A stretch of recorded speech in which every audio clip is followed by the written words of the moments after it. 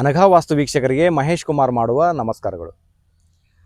ನಾವಿವತ್ತು ಶಿಕಾರಿಪುರದಲ್ಲಿದ್ದೀವಿ. ಶಿಕಾರಿಪುರದ ಒಂದು ಲೇಔಟ್ ಇದು. ಈ ಲೇಔಟಲ್ಲಿ ನಾವು ಈ ಸೈಟನ್ನು ಸೆಲೆಕ್ಷನ್ ಮಾಡಿಕೊಟ್ಟಿದ್ದೀವಿ ಆಲ್ರೆಡಿ. ಈ ಸೈಟ್ ಮಾಡಿರ್ತಕ್ಕಂಥದ್ದು ಡಿಗ್ರಿಗೂ ಚೆನ್ನಾಗಿ ಮಾಡಿದ್ದಾರೆ. ಅದೇ ರೀತಿ ಈ ಸೈಟಿನ ಸ್ಲೋಪ್ ಏನಿದೆ ಅದು ಈಶಾನ್ಯಕ್ಕಿದೆ. ಸೊ ಮಳೆ ನೀರೆಲ್ಲ ಈಶಾನ್ಯಕ್ಕೆ ಹೋಗೋ ಕಾರಣಕ್ಕೆ ಈ ಸೈಟು ಬಹಳ ಒಂದು ಮನೆಯ ಗಂಡಸರಿಗೆ ಅಭಿವೃದ್ಧಿಯನ್ನು, ಮನೆಯ ಗಂಡು ಮಕ್ಕಳಿಗೆ ಅಭಿವೃದ್ಧಿಯನ್ನು ನೀಡ್ತಕ್ಕಂಥ ಸೈಟ್ ಅನ್ನೋ ಕಾರಣಕ್ಕೆ ನಾವು ಅವರಿಗೆ ಈ ಸೈಟನ್ನು ಸೆಲೆಕ್ಟ್ ಮಾಡಿಕೊಟ್ಟಿದ್ವಿ. ಅದೇ ರೀತಿಯಲ್ಲಿ ಅವರಿಗೆ ಮನೆ ಕಟ್ಟೋದಕ್ಕೆ ಪ್ಲಾನ್ ಸಹ ಕೊಟ್ಟಿದ್ವಿ. ಓಂ ಅನಘಾಯ ನಮಃ. ನೋಡಿ, ಒಂದು ಸೈಟ್ ಸೆಲೆಕ್ಷನಿಂದ ಶುರುವಾದಂಥ ಒಂದು ಏನು ಕನೆಕ್ಷನ್ನು ನಮ್ಮ ಮತ್ತು ಕ್ಲೈಂಟ್ದು. ಇವತ್ತು ನಾವು ಲೈನೌಟ್ ಹಾಕೊಡಕ್ಕೆ ಬಂದಿದ್ದೀವಿ ಅವರಿಗೆ. ಮನೆಯ ಲೈನೌಟನ್ನು ಹೇಗೆ ಹಾಕ್ತೀವಿ, ಏನೆಲ್ಲ ಮುತುವರ್ಜಿ ವಹಿಸಬೇಕು, ಅದೆಲ್ಲ ವಿಚಾರವನ್ನು ಈ ವಿಡಿಯೋದಲ್ಲಿ ತೋರಿಸ್ಕೊಡ್ತೀನಿ ನಿಮಗೆ. ಇನ್ನೇನು ಓನರ್ನು ಸಹ ಪರಿಚಯ ಮಾಡಿಕೊಡ್ತೀನಿ. ಈ ಸೈಟ್ಗಳು ಅಂತ ಬಂದಾಗ ಮುಖ್ಯವಾಗಿ ಡಿಗ್ರಿ ಇರಬೇಕು ಅಂತ ನಾವು ನೂರಾರು ಬಾರಿ ಹೇಳ್ತೀವಿ. ಅದೇ ರೀತಿ ಈ ಲೇಔಟ್ ಮಾಡಬೇಕಾದ್ರೆ ಆ ಒಂದು ಮುತುವರ್ಜಿಯನ್ನು ಈ ಲೇಔಟ್ ಓನರ್ ವಹಿಸಿದ್ದಕ್ಕೆ ಅಂತಹ ಒಂದು ಒಳ್ಳೆಯ ಸೈಟು ನಮ್ಮ ಕ್ಲೈಂಟಿಗೆ ಸಿಗೋದಕ್ಕೂ ಅನುಕೂಲ ಆಯಿತು. ಅವ್ರಿಗೂ ಕೂಡ ಈ ಮೂಲಕ ಕೃತಜ್ಞತೆಯನ್ನು ಹೇಳ್ತಾ ಈ ಒಂದು ಸೈಟಿನಲ್ಲಿ ನಾವು ಇವತ್ತು ಲೈನೌಟ್ ಪ್ರಕ್ರಿಯೆಯನ್ನು ಮಾಡೋಣ. ಅದೆಲ್ಲ ಏನೆಲ್ಲ ಪ್ರೊಸೆಸ್ ಇರುತ್ತೆ, ಏನೆಲ್ಲ ನಾವು ಮುತುವರ್ಜಿಗಳನ್ನ ವಹಿಸಬೇಕು, ಅದೆಲ್ಲ ವಿಚಾರಗಳನ್ನು ವಿಸ್ತೃತವಾಗಿ ತಿಳ್ಕೊಳ್ಳೋ ಒಂದು ಸದಾವಕಾಶ ವೀಕ್ಷಕರದು ಅಂತ ಹೇಳ್ತಾ, ಈ ಸೈಟ್ ಸೆಲೆಕ್ಷನ್ ಪ್ರಾಸೆಸ್ಸಲ್ಲಿ ಏರಿಯಾ ವಾಸ್ತು ಬಹುಮುಖ್ಯ ಪಾತ್ರವನ್ನು ವಹಿಸುತ್ತೆ. ಇದೆಲ್ಲ ನಮಗೆ ಈ ಭಾಗ ಏನಿದೆ ದಕ್ಷಿಣ, ಈ ದಕ್ಷಿಣ ಎಲ್ಲ ಎತ್ತರ ಇದೆ. ಹೋಗ್ತಾ ಹೋಗ್ತಾ ಹೋಗ್ತಾ ನಾವೀಗ ಇಲ್ಲಿ ಉತ್ತರ ನೋಡಿ, ಆ ಉತ್ತರ ಡೌನ್ ಇದೆ. ಅದೇ ರೀತಿ ಆ ಕಡೆ ಬಂದಾಗ ನೋಡಿ, ಅದು ಈಶಾನ್ಯ ಭಾಗ, ಪೂರ್ವ ಈಶಾನ್ಯ ಭಾಗ, ಆ ಕಡೆ ಎಲ್ಲ ಡೌನ್ ಇದೆ. ಸೊ ಪಶ್ಚಿಮ ನೋಡ್ತಾ ಹೋದರೆ ಆ ಕಡೆ ಹಿಂದಕ್ಕೆ ನೋಡಿದ್ರೆ ಸ್ವಲ್ಪ ದೂರ ನೋಡ್ಬೇಕು ನಾವು. ಅಲ್ಲೆಲ್ಲ ನೋಡಿ ಮರಗಿಡಗಳೆಲ್ಲ ಇದೆ, ಅದು ಎತ್ತರದ ಭಾಗದಲ್ಲಿ ಇದೆ. ಸೊ ಇಲ್ಲಿನ ಸೈಟಿನ ನೀರು ಹರಿಯತಕ್ಕಂಥದ್ದು ಈಶಾನ್ಯಕ್ಕೆ ಹರಿತಾ ಇದೆ, ಮಳೆ ನೀರು. ಹೀಗಾಗಿ ಈ ಏರಿಯಾ ವಾಸ್ತು ಬಹಳ ಒಂದು ಗಂಡಸರಿಗೆ ಸಪೋರ್ಟನ್ನು ನೀಡ್ತಕ್ಕಂಥದ್ದು, ಬಹಳ ಒಂದು ಒಳ್ಳೆಯ ಒಂದು ರಿಸಲ್ಟನ್ನು ಕೊಡುತ್ತೆ. ಮುಂದಿನ ದಿನಗಳಲ್ಲಿ ವಾಸ್ತು ಪ್ರಕಾರವಾಗಿ ಮನೆಯನ್ನು ಕಟ್ಕೊಂಡಾಗ ಇಂತಹ ಏರಿಯಾಗಳಲ್ಲಿ, ಇಂಥ ಲೇಔಟ್ಗಳಲ್ಲಿ ನೀವು ವಾಸ ಇದ್ದರೆ ಅದು ನಿಮಗೆ ಸಾಕಷ್ಟು ಬೆನಿಫಿಟನ್ನು ಕೊಡುತ್ತೆ ಅನ್ನುವಂಥ ವಿಚಾರವನ್ನು ಈ ಒಂದು ಏರಿಯಾ ವಾಸ್ತುನಲ್ಲಿ ನಾವು ತಿಳಿಸ್ಬೋದು. ಈಶಾನ್ಯ ಭಾಗಕ್ಕೆ ನೀರು ಹರಿತಕ್ಕಂಥದ್ದು ಸರ್ವಶ್ರೇಷ್ಠ. ಎಲ್ಲ ಸಂದರ್ಭದಲ್ಲೂ ಅದೇ ರೀತಿಯಾದ ಸೈಟ್ಗಳು ಸಿಗ್ತವೆ ಅಂತ ಹೇಳೋಕ್ಕಾಗಲ್ಲ. ಈ ಥರ ಸಿಕ್ಕಾಗ ಅಂತಹ ಸೈಟ್ಗಳನ್ನು ನಾವು ಆಯ್ಕೆ ಮಾಡಿಕೊಂಡಾಗ ಅದು ನಮಗೆ ಸಾಕಷ್ಟು ಬೆಳವಣಿಗೆಯನ್ನು ಕೊಡುತ್ತೆ, ಸಾಕಷ್ಟು ನಿಮಗೆ ಅನುಕೂಲಗಳನ್ನು ಮಾಡಿಕೊಡುತ್ತೆ. ಮುಖ್ಯವಾಗಿ ನಾವು ಗಂಡು ಮಕ್ಕಳು ಇದ್ದಾಗ ಅವ್ರ ಮಕ್ಕಳು ನಮ್ಮ ಜೊತೆಗಿದ್ದು ಸಾಕಷ್ಟು ಸಹಕಾರವನ್ನು ತಂದೆ ತಾಯಿಗೆ ನೀಡ್ತಕ್ಕಂಥದ್ದು. ವಯಸ್ಸಾದ ಕಾಲದಲ್ಲಿ ತಂದೆ ತಾಯಿಯನ್ನು ಮಕ್ಕಳು ನೋಡ್ಕೊಳ್ತಕ್ಕಂಥ ಮತ್ತು ಆ ತಂದೆ ತಾಯಿ ಜೊತೆ ಇರಬೇಕಂಥ ಮನೋಭಾವನೆ ಕೂಡ ಇಂತಹ ಒಂದು ಏರಿಯಾ ವಾಸ್ತು ಇದ್ದಾಗ ಅವ್ರಿಗೆ ಬರುತ್ತೆ. ಅದೇ ರೀತಿ ರೂಟ್ಸಿಗೆ ಕನೆಕ್ಟೆಡ್ ಆಗಿರ್ತಾರೆ.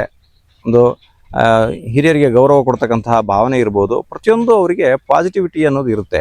ಮತ್ತು ಇಲ್ಲಿ ಗಂಡ ಹೆಂಡತಿ ಇಬ್ಬರು ಈಕ್ವಲ್ ಆಗಿ ಒಂದು ಸಂಸಾರನ ಮಾಡ್ಕೊಂಡು ಹೋಗ್ತಾರೆ, ಇಬ್ಬರು ಅನ್ಯೋನ್ಯವಾಗಿರ್ತಾರೆ ಅಂತ ಕೂಡ ನಾವು ಹೇಳ್ಬೋದು.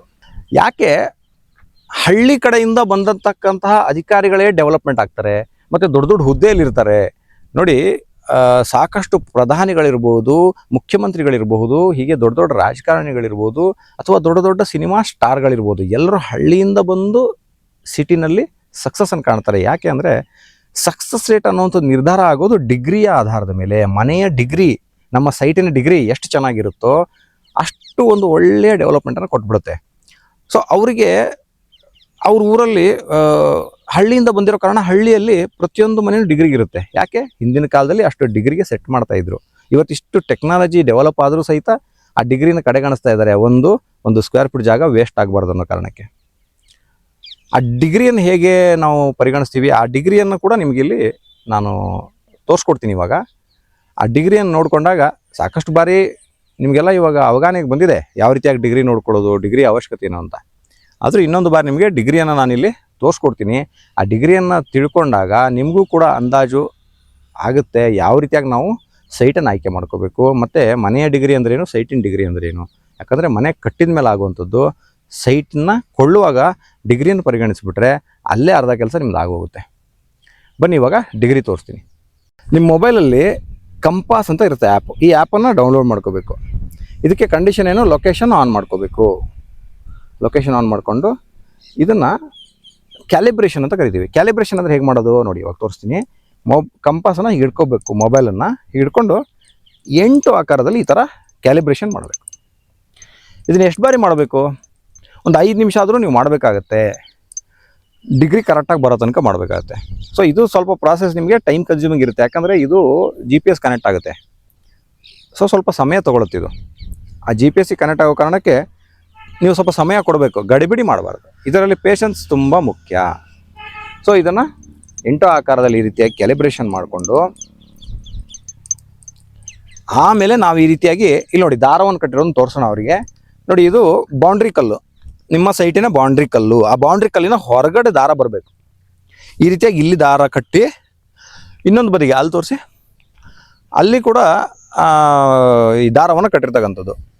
ಸೊ ಈ ದಾರಕ್ಕೆ ನೀವು ನಿಮ್ಮ ಕಂಪಾಸನ್ನು ಯಾವ ಕಡೆ ವಾಲ್ಯೂಮ್ ಬಟನ್ ಇದೆಯೋ ಅದನ್ನು ಅವಾಯ್ಡ್ ಮಾಡಿ, ಇನ್ನೊಂದು ಕಡೆ ಫುಲ್ ಫ್ರೀ ಆಗಿರುತ್ತಲ್ವ ಆ ಭಾಗವನ್ನು ಈ ರೀತಿಯಾಗಿ ದಾರಕ್ಕೆ ಹಿಡಿತಕ್ಕಂಥದ್ದು.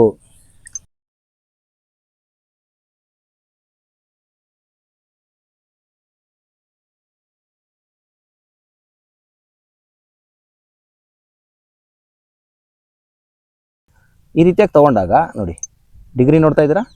ನಮಗೆ ನೋಡಿ ಸೂರ್ಯ ಇವಾಗ ಕಾಣ್ತಿದ್ದಾರೆ. ಸೂರ್ಯ ಉದಯ ಆಗಿರ್ತಕ್ಕಂಥದ್ದು ಇದು ಪೂರ್ವ ದಿಕ್ಕು, ಇದು ಪಶ್ಚಿಮ. ಸೊ ಪೂರ್ವಕ್ಕೆ ನೋಡಿದಾಗ ನಾವು 90 ಡಿಗ್ರಿ ಬರ್ತಾ ಇದೆ. ಸೊ ನಾವು ಕ್ರಾಸ್ ಚೆಕ್ ಮಾಡೋಕ್ಕೆ ವೆಸ್ಟಿಗೆ ಚೆಕ್ ಮಾಡೋಣ. ವೆಸ್ಟಲ್ಲಿ ಏನು ಬರ್ತಾ ಇದೆ ನೋಡೋಣ. ಬನ್ನಿ ತೋರಿಸಿ ಅವರಿಗೆ. ನೋಡಿ 270 ಬರ್ತಾ ಇದೆ.